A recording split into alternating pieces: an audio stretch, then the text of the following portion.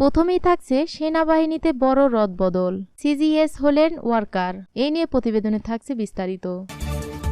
তারপর থাকছে দ্বাদশ সংসদ নির্বাচন, সহিংসতার প্রশ্নে উদ্বেগ রয়েছে যুক্তরাষ্ট্রের।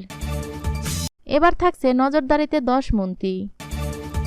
এরপর থাকছে পিটার হাসের সফর নিয়ে যা বলল ভারত, প্রতিবেদনে জানাবো বিস্তারিত। সর্বশেষ থাকছে বিএনপিও তাদের দোসর নির্বাচন বানচাল করতে চায়, বললেন শেখ হাসিনা। শুনলেন শিরোনাম, এবার বিস্তারিত। পুরো খবরটি দেখতে সাথেই থাকুন। দ্বাদশ সংসদ নির্বাচন, সহিংসতার প্রশ্নে উদ্বেগ রয়েছে যুক্তরাষ্ট্রের।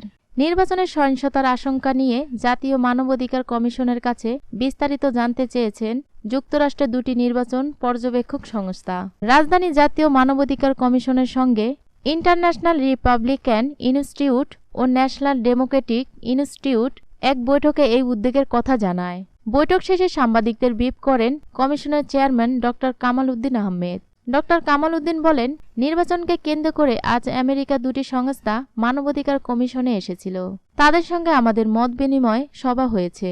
তারা জানতে চান আমাদের দেশে নির্বাচনটি কেমন হবে। একটি সহিংসতাপূর্ণ নির্বাচন হওয়াটা সবার কাছেই চিন্তার বিষয়।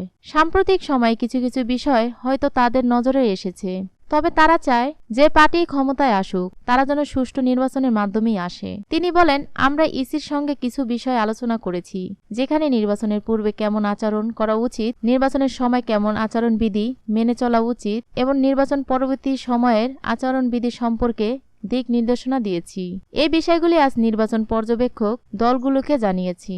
পিটার হাসের সফর নিয়ে যা বলল ভারত। সম্প্রতি ভারত সফরে গিয়েছিলেন ঢাকার নিযুক্ত মার্কিন রাষ্ট্রদূত পিটার ডি হাস। তার এই সফর রাষ্ট্রীয় নয়, ব্যক্তিগত হতে পারে বলে জানান ভারত। ভারতের রাষ্ট্রপতি মন্ত্রণালয়ের সাম্প্রতিক ব্রিফিংয়ে মন্ত্রণালয়ের মুখপাত্র অরিন্দম বাগচি এই তথ্য জানান।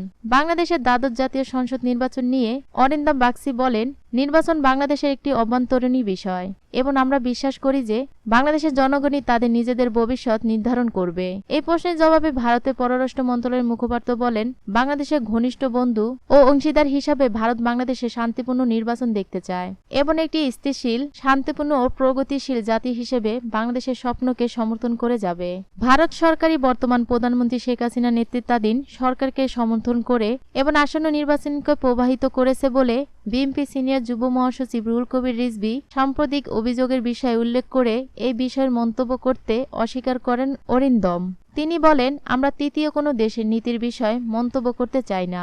ঢাকায় মার্কিন রাষ্ট্রদূত পিটার ডি হাসের ভারত সফর সম্পর্কে জানতে চাইলে ভারতের পররাষ্ট্র মন্ত্রণালয়ের মুখপাত্র বলেন, তিনি মার্কিন রাষ্ট্রদূতের ভারত সফর নিয়ে সংবাদ মাধ্যমে প্রতিবেদন দেখেছেন।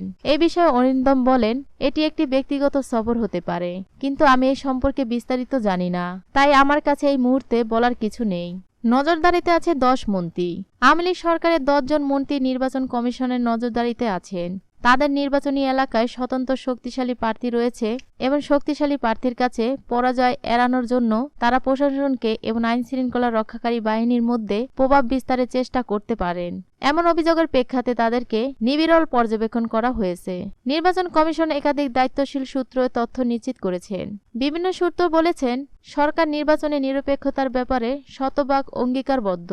কোনো মন্ত্রী বা কাউকে জেতানোর দায়িত্ব আওয়ামী লীগ নিবে না। কিন্তু এবার বিভিন্ন সূত্র বলেছে যে 10 জন মন্ত্রী যদি নির্বাচনে পরাজিত হয় সেটা আওয়ামী লীগের জন্য একটি নেতিবাচক বার্তা হতে পারে। এরকম বিবেচনা থেকে শেষ পর্যন্ত তাদেরকে জেতানোর ব্যাপারে প্রশাসনকে প্রচ্ছন্ন ইঙ্গিত দেওয়া হতে পারে এমন আশঙ্কা করা হচ্ছে। তবে নির্বাচন কমিশন বলেছেন, তারা প্রশাসন ও আইনশৃঙ্খলা রক্ষাকারী বাহিনীর কোনো রকম অনিয়ম বরদাস্ত করবে না। যেখানে অভিযোগ পাবে তা প্রমাণিত হওয়ার সাথে সাথে তাদের বিরুদ্ধে ব্যবস্থা গ্রহণ করা হবে। নিউজটি সম্পূর্ণ দেখার জন্য ধন্যবাদ।